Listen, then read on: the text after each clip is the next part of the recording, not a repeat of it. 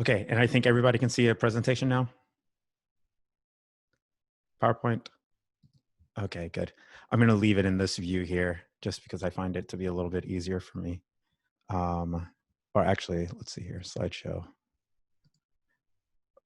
Okay, can y'all see that? Okay, perfect, perfect. Now I know how my professors feel like. By the way, thank you for showing up, Dr. Reynolds. If my presentation isn't great, please don't grade me. so again, thank you everyone for showing up. I really appreciate you being here.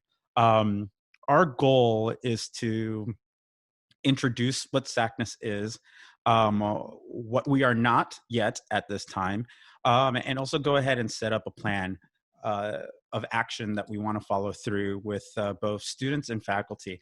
The uniqueness to me of this project is that there seems to be a lot of interest from all over the campus. So as I just mentioned, we have a good balance between students and faculty, and that's really great to me. There are other student organizations that I found that it seems to be very catered to just the students, and then no connection really with anything else. Not to say that they don't do great work, but this for me is really, really unique, and I hope that we can continue this type of cooperation and excitement for the rest of the year and years to follow as new students and faculty, undergraduate and graduate levels, engage in this project. So I do want to give a special thanks out to Dr. Katie Hale. She brought this organization up to my attention and to other students as well as other faculty members. I'm sure some of you already know if you've been part of the long chain of emails that have been going back and forth for constitution development and recruitment, throwing around ideas. I want to thank you for being a part of that as well. So there are definitely a lot of names here that I'm missing out on. But thank you so much for being here and for assisting. I also do want to emphasize the NC State's non-discrimination policy and how it applies to us. Despite us being an awareness group for Chicanos, Hispanics, Latinos, and Native Americans, we firmly believe in the Non-Discrimination Policy Act, and we will be enforcing that and implementing that within our organization so that we can be sure to help everybody and also ensure that this is a safe place for everybody as well. With that said, I also include the NC State Land Acknowledgement Act. This is my first time providing this, so I am not storied with this, but I will simply just read it. The North Carolina State Land Acknowledgement Act, which can be found at the following website link here, acknowledges that the land that North Carolina State University sits on is land that was originally stored by two indigenous tribes, the Tuscarora and Catawba. We acknowledge the painful history of genocide and forced removal from this territory through colonization, and we honor and respect the many diverse indigenous peoples still connected to this land. I think this statement is very important, and it is something that I want to include often. So who are we? Unfortunately, Maria Prado was not able to be with us today. She is the elected treasurer. Maria Prado is a junior majoring in biological sciences with a concentration in human body and minoring in health, medicine, and human values.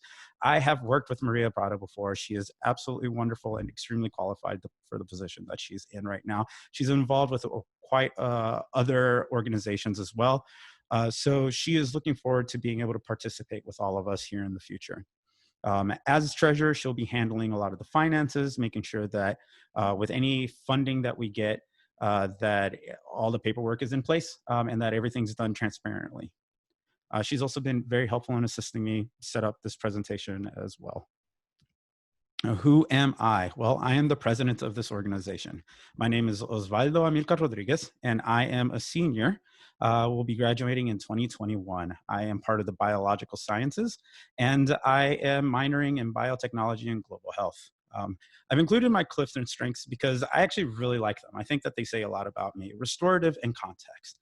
And what we mean by that is that basically I like to find problems and I like to connect the right people to solve those problems, to get ideas together to solve those problems. I may not always be the one with the best idea, but I know who to find the person with the right idea. And that's what I want to do. And for me, that's my importance.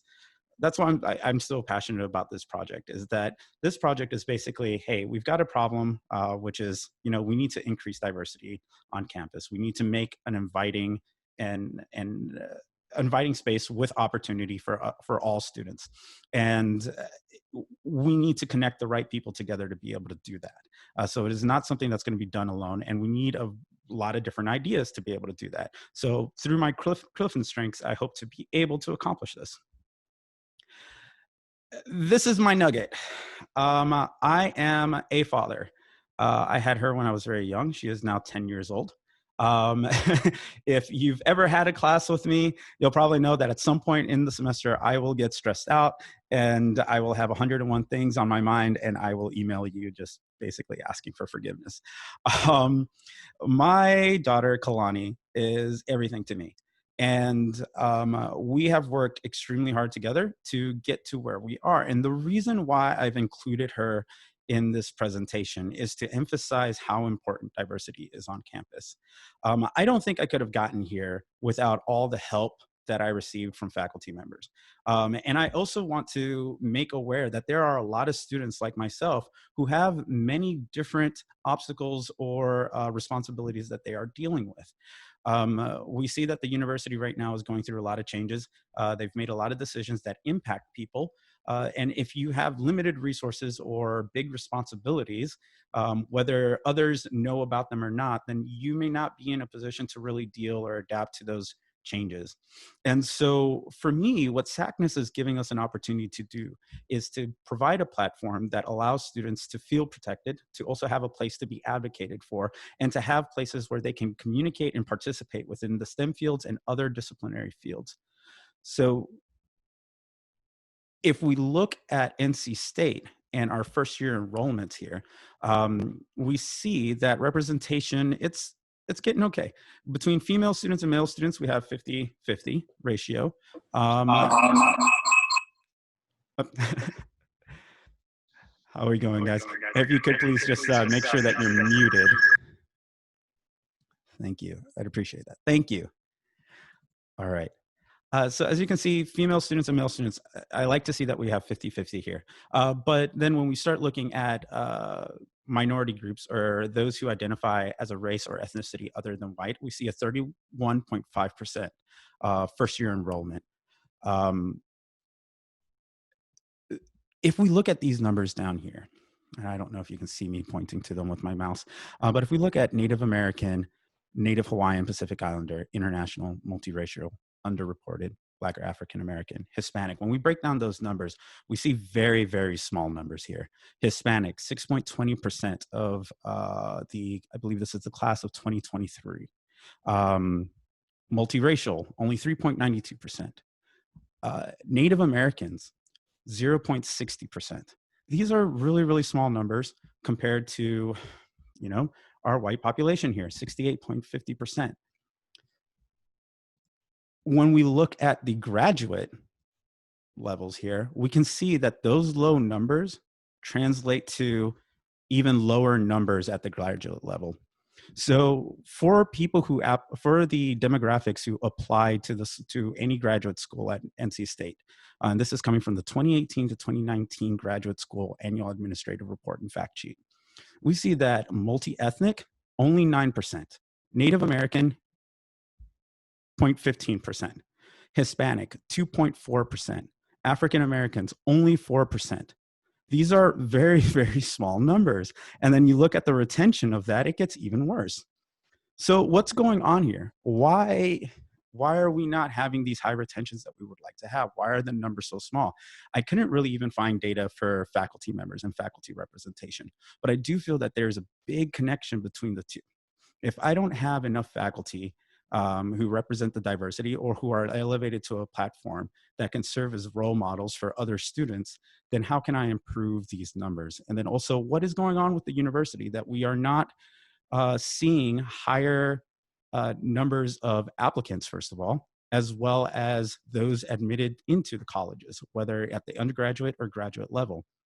So I think what happens is that SACNAS can help us sort of figure out what some of these problems are, what some of the obstacles are, and also try to figure out how to get over those, not just by asking the school to do it, but by finding ways within our community to improve these statistics.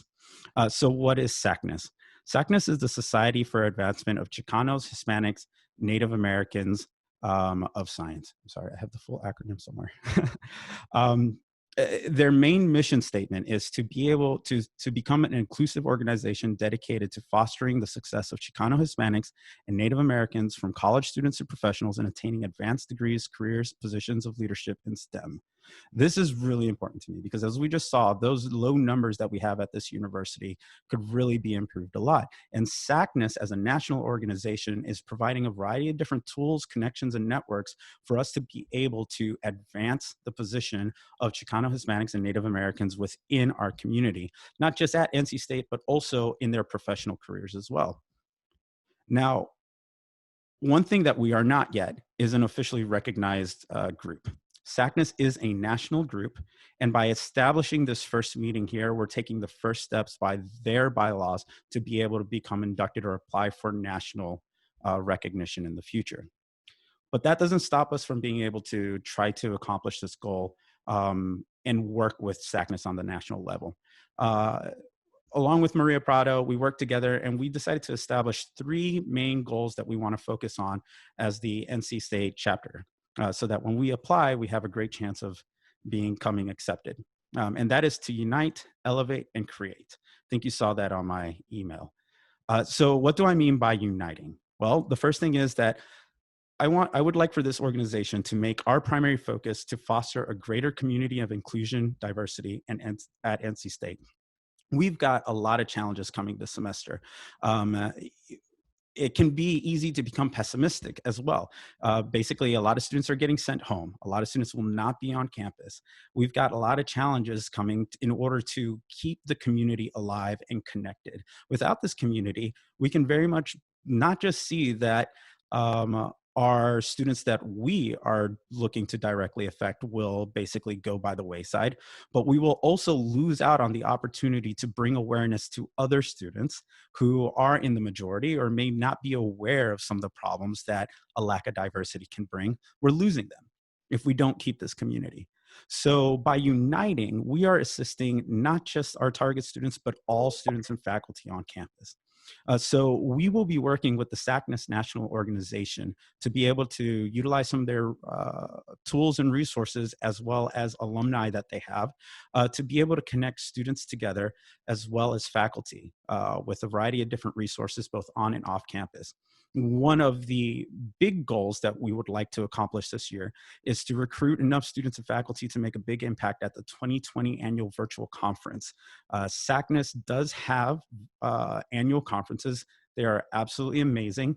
I'm happy to provide the YouTube link that they have that is just great and has last year's speakers. But it is an extremely diverse and extremely well put together meeting conference, and I think we should all be there. And if we can make a big impact by having large representation from NC State students, that would be great. So that would be one thing that we would like to work on. The next goal is elevate. Well, what do we mean by elevating? Through the growth of community, will empower students and faculty to make contributions within their disciplines, community, and North Carolina State. Now, I have Dr. Reynolds to thank for this one. One of the lessons that I've been learning is that it's not just enough to give people a platform, but we have to intentionally create the space that allows people to create. And one way that we can do that is by elevating one another. So by building connections across campus between students and faculty members, hoping that we can do things like leadership training, community service outreach, and even recognizing accomplishments, whether through some kind of annual reward show or a variety of different ideas, which we will all come together to determine what will be the best thing for us to do. These are things that I want to do so that students can get access to meaningful role models, and that faculty members can have access to the students who are truly interested and invested in their careers. I don't want to see any more stats where we only have a small amount of students applying to the School of Graduates and even smaller numbers of students actually graduating from the School of Graduates. We want to see that grow even more. And I think by elevating our community, we can do that. And also, I want to raise awareness of the power of diversity and how it's expressed on NC State campus. And this is important because it's a message that needs to be shared with everybody. And lastly, I used a word earlier, it's called creating. So we want to ensure that through our efforts to connect and become better recognized, that we create a space of opportunity for all students and faculty to become better in their fields. Um, in the invitation that I sent out, there was a video there where essentially the doctor presenting the video is explaining how she became a better scientist because of her becoming aware of diversity and what it means to her and where her position and levels of privilege were. I think that when students and faculty members are become aware of whether there's a lack of diversity or who needs assistance, they themselves become better contributors to science. But this is also a multidisciplinary cooperation. Yes, SACNAS was started specifically for addressing issues that's in the STEM field, but multidisciplinary cooperation, whether it's the artist, as you can see, I'm not very good at designing PowerPoint presentations. I probably could have had an artist or someone in design to help me design this, and it would probably be more engaging. We need this. Scientists need that. So multidisciplinary cooperation accelerates discovery. And this is great because it means that not only are we going to be connecting students and faculty members from the STEM field who are diverse themselves and can create a better image of NC State, but we can also connect with other colleges across the campus and make an even bigger impact in those departments as well. And by creating the space for relevant and organic projects to flourish, this means putting in the people who know those groups best. So we want to recruit these students and these faculty members to be able to help us create actual projects that will be relevant to the people that they need to serve. So what is the roadmap? Well, first, elections. The president and treasurer have already been elected for the 2020-2021 year. So that's myself and Maria Prado. However, we're recruiting for the following, and these can come from students or graduate students. We're looking for a vice president, a grand scribe, grand treasurer, event coordinator, national liaison, graduate liaison, media, and design chair. The national liaison is sort of up for grabs right now. I haven't made a decision with that because I'd like for us to be able to vote on that in a future meeting on how we want to deal with that. Essentially, the national liaison will be the connection between the national chapter and the local chapter. And they will represent us almost as an ambassador, as it were. Now, with the vice president position and the grand scribe position, I'd really like to fulfill that as quickly as possible. So if you are looking for a leadership opportunity, if you want to get more involved and help put together some ideas and connect with some really great students, faculty members, please, please, please email me. I will be including that in the chat, and then I will send out more information, especially the specifics behind each job. I do not want this to be an organization that you sign up for and you don't hear about us for months. And then we have 2 meetings and then that's that. No, I want to encourage you to sign up because we're going to be doing hopefully some real work and really try to keep our community together. Likewise, faculty who are on this call, if you know of any students who are in communications or art or law, who may not be here today, but might have an interest in learning a little bit more about the organization, please send them this video. I'm going to make this video public and have them reach out to me, and I'll be happy to share the positions with them.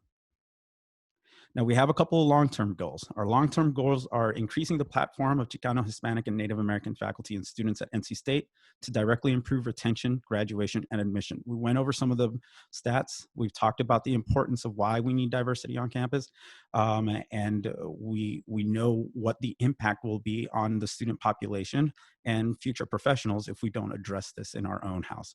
But by doing this, we also get the opportunity for our second long-term goal, which is to connect with other student organizations, faculty, and community partner allies to increase support for all minority and marginalized demographics.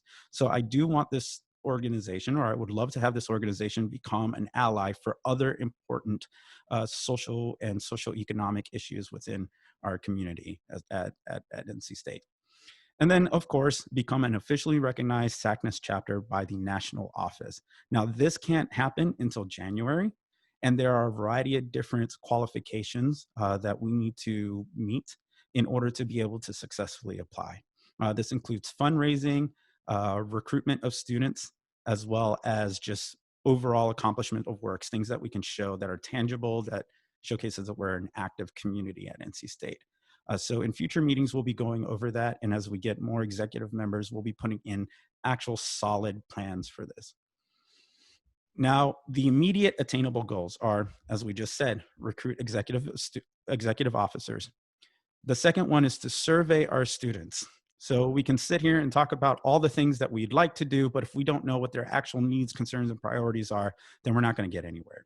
And I think one of the best ways to do this is to organize an appropriate survey and send it out and have it taken by as many students as possible. This is a campaign that I would like to complete through September. Hopefully students, once again, even if you're not ready to be an executive officer, if you are interested in helping in any way, and you only have a few minutes a day to be able to do that, let's get together and let's set up this survey and let's go ahead and promote it.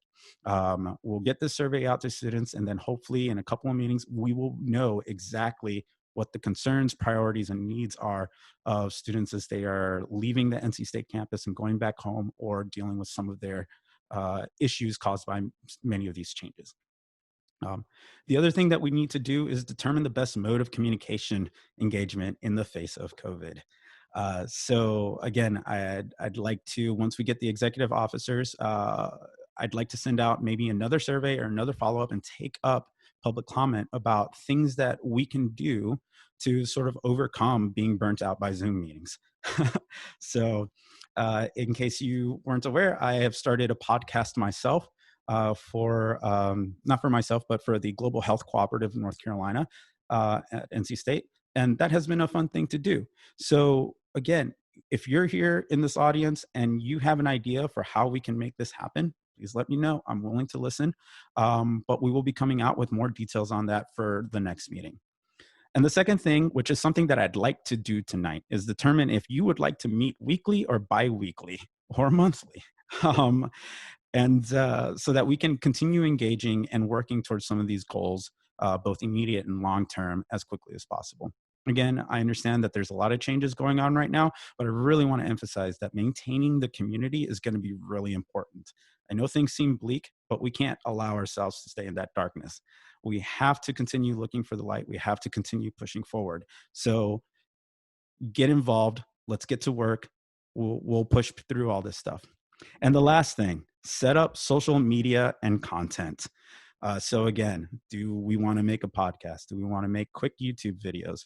I know we've got a lot of great ideas out there. I have a few of my own, but I really need the public feedback before we get that started.